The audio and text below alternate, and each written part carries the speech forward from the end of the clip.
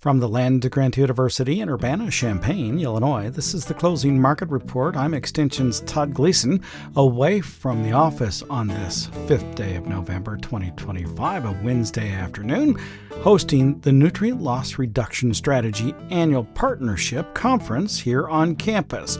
Coming up this afternoon, we'll hear about digital agriculture and a benchmarking system that is being put together by the Center for Digital Agriculture here on campus and a consortium of corporations and organizations from around the planet. We'll hear from Vikram Adve, who is the co-director of the center, along with Tami Schilling, former vice president and agronomic digital innovation lead at Bayer. I asked Tami first to explain how it is that she and Bayer became involved in this University of Illinois project. About 3 years ago, and really it's been longer than that, it's probably been the last 9 years, I have been focused on finding ways to improve farmers' experience with Bayer products and agronomy information.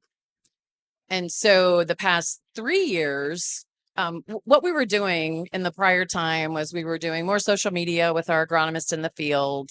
We were continuously talking with farmers about what kind of agronomy information do you want, doing some data mining to see what topics when, and got to the point where we were building some systems to organize those and build the back-end data to deliver that. We started doing this in 2021.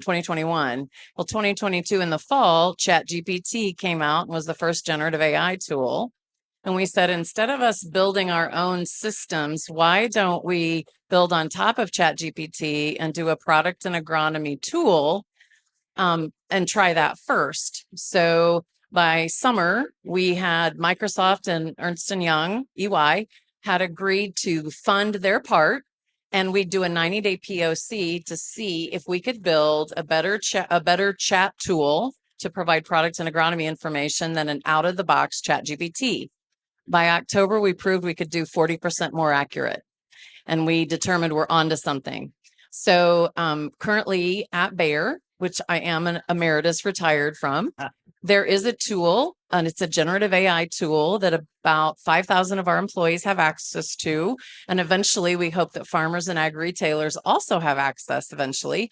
But this tool can give you product label information. It can give you disease information. We've gotten a lot of great content there that we have about 20,000 questions have been asked to the tool, and it's called Eli, E-L-Y. We've gotten a couple really nice global awards and some here in the US. And about probably almost a year ago, I would say, Vikram and I, because my appreciation for AI farms and Center for Digital Ag, and I'd been engaged with John and the team and Vikram, we also had interest in licensing in Crop Wizard. And so a team of us got together that were building this tool within Bayer and said, okay, here are some topics we're thinking about with Gen AI. What are you thinking about? And there were two that really came out, and one was benchmarking was the first one, and kind of that. Well, I think benchmarking was actually the second one, but that's how I landed here. Okay. Was this whole idea of standardization and benchmarking across the industry, and instead of a company leading this effort, I felt strongly that we needed an honest third-party broker, and in my opinion, you don't find a better one than University of Illinois, and so. What do you benchmark against? Well, maybe Vikram can tell me that. Vikram can talk about that, but I'll give you the format. I'll give you kind of the situation. Lots and lots of companies, startups, consulting groups, even some farmers and academics are building generative AI tools for products and agronomy. We need to have some way to compare and contrast them. And we need to hold all of us in the ag industry accountable from an accuracy and a trust perspective. Okay, so I've got a couple of questions for you about the Bayer product to begin with, and only the Bayer product, and then I want to see what happens as we get to pick them. So when you were building this on top of ChatGPT, is it accessing a limited scope, or are you feeding all of the data into it and saying these are the documents you may search. This is where only where you can find information, because if you don't, the large language models want to find a whole bunch of other stuff that is really worthless, right? Yeah. So there's this little toggle within ChatGPT. Yep. That you can be, it's basically, I think they call it a creative dial. You can be really creative, which means you can use all the content out there, or you can have it really tight and only use specific content. For most of the things we're working on, it's really tight. So we direct it by doing question and answer pairs. We direct it to the content we'd like it to look at. Okay. But it's not perfect. And so that's part of when people say fine tuning. When you fine tune one of these models for the tool we built, you have to fine tune it. You have to constantly check its accuracy. And that's one of the reasons we haven't launched it to the external world, is we know it's got to be darn close to perfect. Yeah. So it is still accessing information from other parts of the internet in that case, or have you locked it? Originally, did you lock it down completely? You can't really completely lock it down. And because of the way, so in the beginning, our IT folks thought we could. It's possible, but if you're going to completely lock it down, in some cases, you want it to learn from what else is out there. Like in some agronomy situations. Bringing the Center for Digital Ag in was to do that. And I'm going to make a leap of faith saying that if you want to go across the industry, that they are the hub, you are a spoke. Absolutely. As you started the project, but this is the hub that is looking out to Corteva and is looking at Syngenta and is looking at Bayer and saying these are the things. But Vikram, you're going to have to tell me whether I'm right or wrong or even close about that. Tell me about the magic. Where do I start? So maybe I'll take a step back and say that this whole area of Gen AI and chatbots are really in their infancy. So to provide some context, in the Center for Digital Ag, we have an AI Institute for Agriculture called AI Farms, which is funded by the USDA. It's a research institute. And within that, we have a research project on Gen AI for agriculture called Crop Wizard, which is basically exploring different ways in which Gen AI can be used and play a role in ag. So what kind of benefits can it have?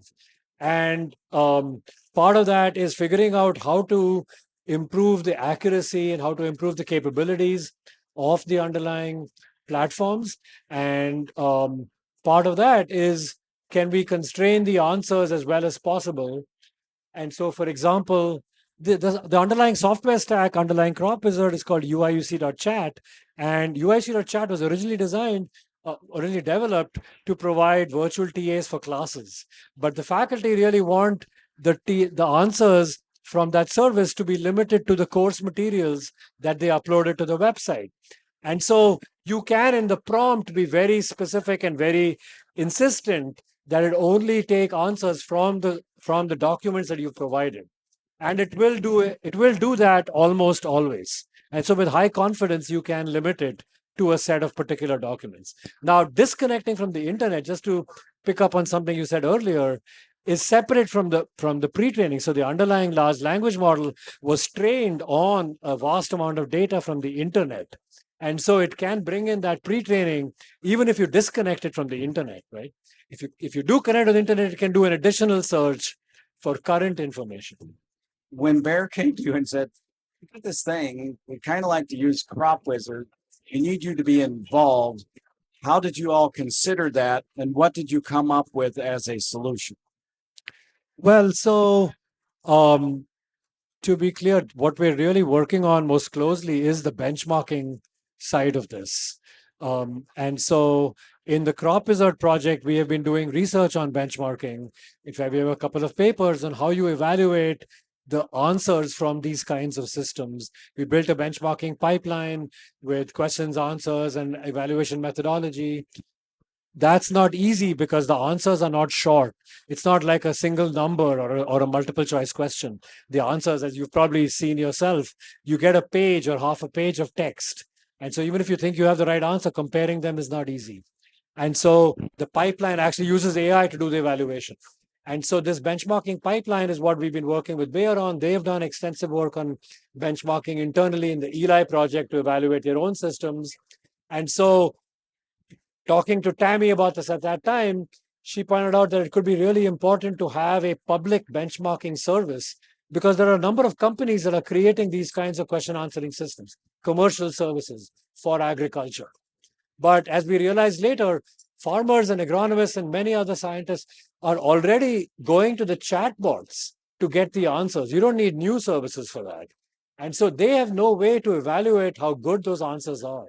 There's no public benchmarking system, service, or any of that, or data set even, to really do a systematic evaluation.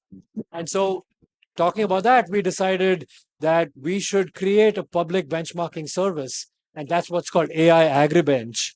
And so that's an outgrowth of the crop result research and the work that's been done at Bayer and some other companies. But now we have this benchmarking consortium we're about to launch. It's led by the Center for Digital Agriculture, but Bayer and John Deere and Microsoft, the Extension Foundation, which is a nonprofit group that brings together many of the extension units across the country, Kisan AI, which is a smaller company, early stage, but has really powerful technology in this area. These are the founding members. We have a couple of other companies that are interested in joining as well. And one of the things we're trying to do today is to also invite other companies to join this effort. And the goal of this is to actually give people the ability to evaluate how well these question answering systems are working. How accurate are they? How complete? How relevant? How concise? And that can give people a way to actually understand for ChatGPT or Gemini or Crop Wizard or the Extension Foundation's Extension Bot or Eli or many other commercial services, how well are they actually doing in answering these kinds of questions? How would a producer or a user see the benchmarking in the process? I mean, if you go into Gemini or ChatGPT and ask it a question, is the expectation that there will be a pop-up along with the answer that says answers from this are rated a 6 of 10, or I don't quite get the benchmark process and how a producer might see it. Right. Yeah. So the benchmarking is going to be basically published results where we are coming up with a set of questions and answers that we consider representative of questions user might ask about agronomy. And we are having these reviewed by a panel of experts. So we have 18 agronomists today, and we're adding a few more. But they are manually reviewing these. So this is sort of ground truth questions answers that we trust, and we evaluate all of these services on this set of questions and answers. And with our evaluation pipeline, we can give a score for the answers to this set of questions. We don't evaluate live questions because we have no way to know what the right answer is. Okay. So that's why we need a curated set of questions and answers that we know the right answers to. So going back through my Ag Econ Day, and Tami, you may remember this from the farmdoc team, before they were the farmdoc team, the Ag Mass project that took a look at all of the brokerage services. They entered themselves into the benchmarking system and did not like it when they were in the bottom 100 as opposed to the top 10 of the brokerage services based on their recommendations. Yeah. But I assume that the end product for you will be something similar where there is a place that people can come and look and it says, Bayer's answers, we have high confidence in. That's right. Snake oil answer over here has a really low confidence. Is that where you're at? Okay. That's exactly right. So there's a website we're creating and that will have the results. But we're trying to be a little bit more detailed than just a single list because we have 4 different metrics: accuracy, completeness, and also we have subcategories of questions because, for example, a particular service may be focusing or specialized on something like, let's say, pest management, or maybe it's all of crop protection, but a different one may be more interested in nutrition and more general farm management questions. And so people will have the ability to look at just a subset of the data and look at how well you're doing on particular types of questions, and then and then figure out which tools or which services do well on that type of question. And so all of that is going to be built into the website. So that's called a leaderboard.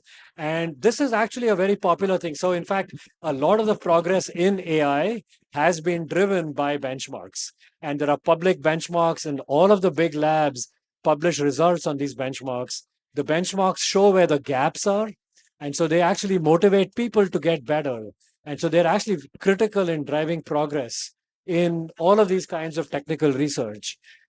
It's true in AI, it's true in computer hardware, it's true in many areas where you need to be able to measure progress. You need to figure out where the progress is needed. And so it gives both the motivation and the yardstick for driving progress. So Tami, you are at the cross section between these two worlds, technical, computer, academic, within the university system. And I'm here in the commercial side within the industry system. I need you to understand more information, and you're wanting to make these benchmarks work. You've had to think long and hard about what that needs to look like. What kinds of things have you shared back and forth between the Center for Digital Ag and yourself? Yeah. So one of the things people probably don't realize is that companies in the ag industry of all different sizes, startup, mid-size, large corporations, we work together in areas that are what we would call pre-competitive. So an area like this of a new technology and figuring out how do you ensure the accuracy, a high level of accuracy of a new technology is a pre-competitive discussion. So it's something that we go to conferences together. We attend and are part of organizations like one of them is Ag Tech Alchemy. And it was started by 3 folks that are in the ag tech space. And we are all members and we go to their events around the country. And the reason we do this is because many of us in the industry have spent our whole careers in ag. And we know there's a farmer at the end of this that is expecting an answer. And they want to trust the accuracy of that information. At Bayer, we were doing our own benchmarks, and that was good for us to get better. But my husband farms. He's looking for information from lots of different companies. He and my son are going to use more than one chat tool, most likely. I want those companies to feel the same pressure to have the right answer. And your corporations, I feel pretty good your corporations will, because we have big legal departments. But what we were hearing from some of the startups is they don't have enough funding or support to do as much benchmarking. They don't have as many developers and people to do it.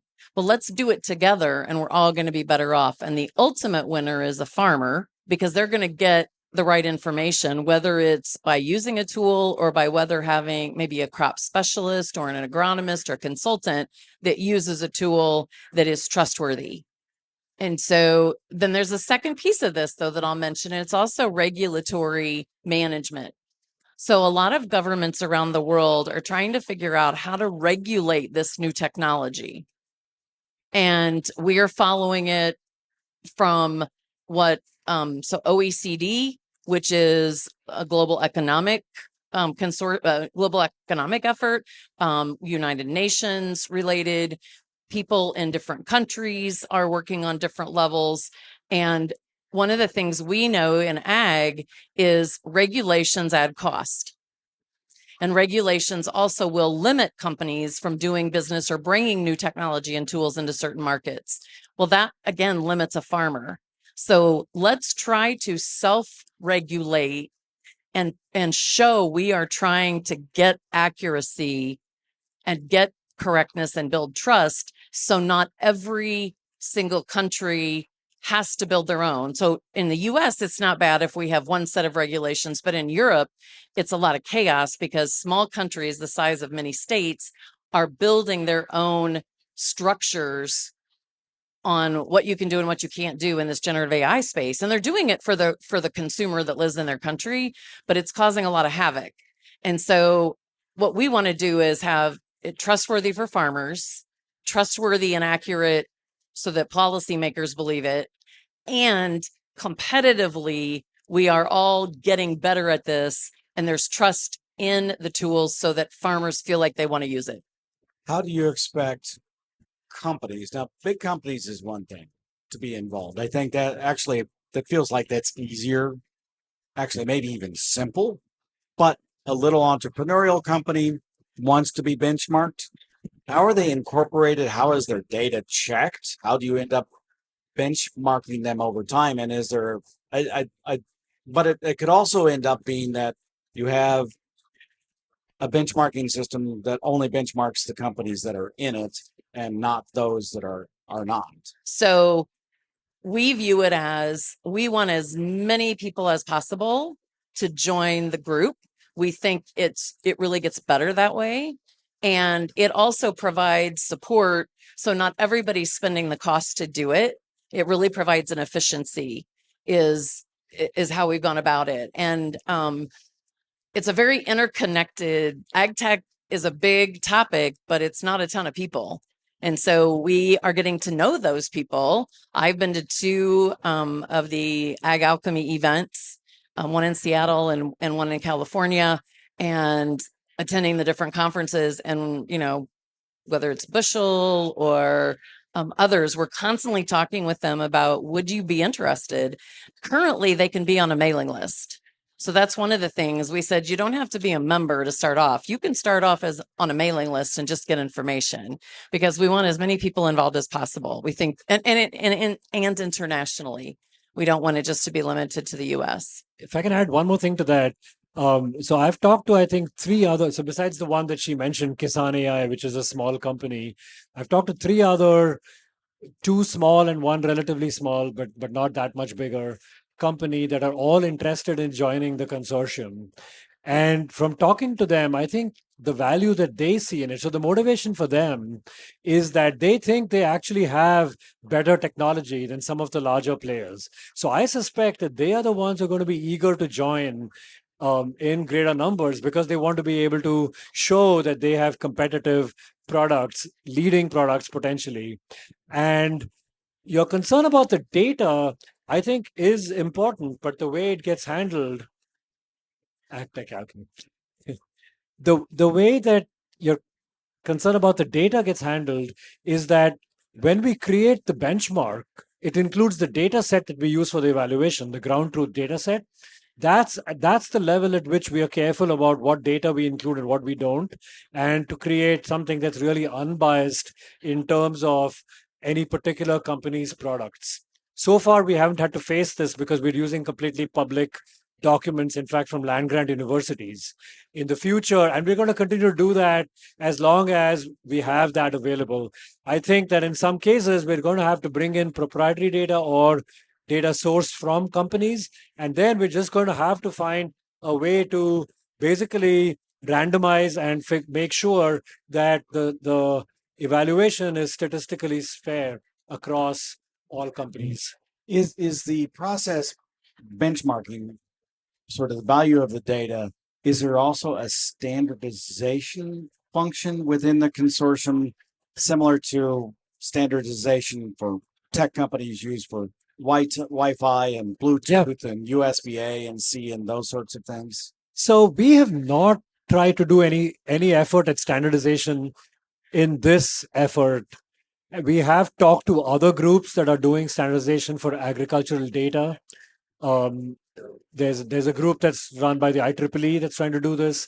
There's Ag Gateway, which has been doing this for quite a while, but sponsored by commercial companies. So there are other organizations, and I think that's a much bigger but also much different problem and much different goal.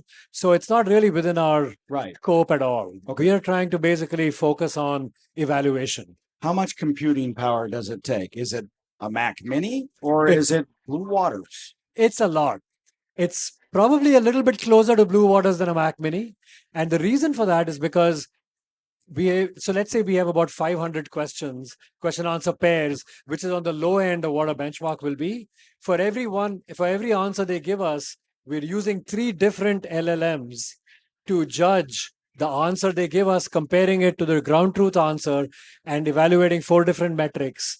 And now that's 500 QA pairs, 3 different LLMs for every service we evaluate. We want to evaluate, there's probably 15 or 20 different public chatbots that we will evaluate, plus any commercial proprietary service that is willing to be part of the leaderboard. And so that adds up really fast. Yeah, for those who are listening or do not know, a Mac Mini is about $500. However, Blue Waters is a building that is next to the State Farm Center. If you look to the west, it's straight across an entire building that is only a computer. It's for a computer, yeah. Exactly. It is only for a computer. Yes. That's there. So those are the two differences that I was trying Two to ends of the scale. Yeah, that's right. Yeah. Okay. No, it's So a good way to as we begin to wrap up this conversation, what are the takeaways for the listeners and for me today as it's related to where Crop Wizard, where the benchmarking from your side might go, well, from what your side used to be might go, and how you're going to put it together with all of these other companies? The main takeaway I'd like to leave people with is that this latest generation of AI tools, generative AI, has some really important use cases in agriculture, which even the use cases we know about today can dramatically transform how farms are managed, how products are developed, how software is built, and many other applications of it. And that includes advisory services for farmers. It includes management tools that can reduce a lot of the drudgery in dealing with data. It includes management tools that can provide more sophisticated decision making by taking into account a lot more farm data, public data, weather data, soil data, and all of those things into a single sort of unified model. All of these capabilities exist in the technology and are being developed as applications by companies, by research projects like ours in Crop Wizard. And over time, those are going to be available. The big challenge, I think, is adoption. I think people need to be able to gain trust in these kinds of capabilities. They need to be able to see the value. They need to be able to quantify the return on the investments. And this spans both small and large farms. So I think one of the misconceptions about advanced technologies is that they're really meant for large production commercial farms. And I think they certainly are important for those, and maybe will be adopted fastest by those in the large scale. But many of the technologies I'm talking about, especially the question answering and simple automation capabilities, I think will be accessible for the smallest farmers all over the country and in other parts of the world as well. And I think that's really important as a way to democratize how technology can enter the farms, because AI has the ability to be very low cost as a software as a service kind of product. And at low cost subscriptions, you can get access to these technologies. And so if you're going to do that, you need then the benchmarking to be able to evaluate them and gain trust in them as well. You know, Todd, I've spent my whole career thinking about how to improve the experience for a farmer in whatever we brought, whether it was an individual product. Well, today I look at the technology that way. And it really goes to what Vikram said. And this is where it was so easy for us to come together, that if a farmer doesn't trust a tool to give them good answers, they won't use the tool. And if they believe that the tool or the technology, generative AI, can't be trusted, they won't use it. And so that's been the impetus. And really, since I've retired, I stayed on the group as an independent advisor. And I'm so passionate about this because these tools are going to be developed by companies, large, small, in between, universities, organizations. They're going to come. I want them to be right. I want my husband and every other farmer around the world that's going to use them to get right answers.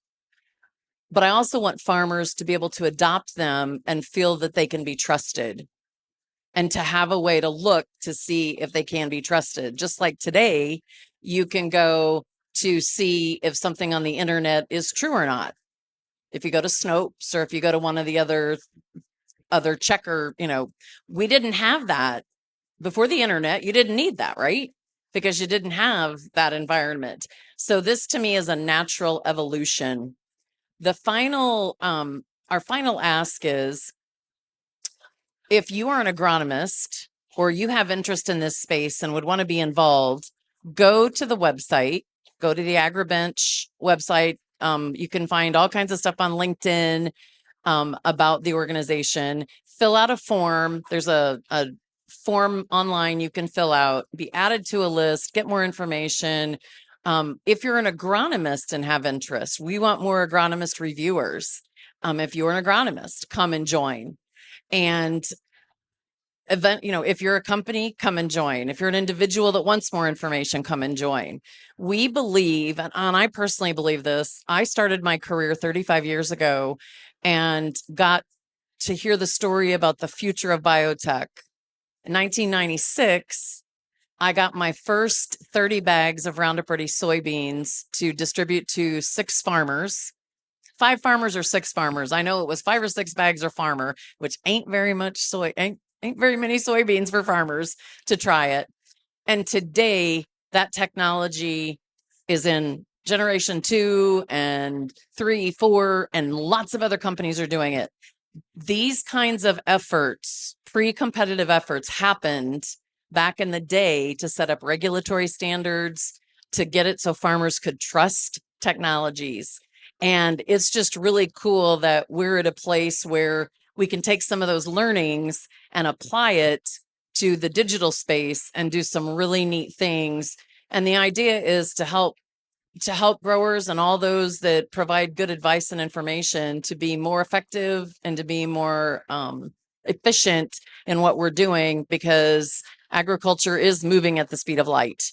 Thank you so much, Tami, Craig, Schilling, and Vikram Adve. We appreciate you being with us. Tami is a former VP and agronomic digital innovation professional for Bayer, and Vikram, of course, works for the University of Illinois at the Center for Digital Agriculture.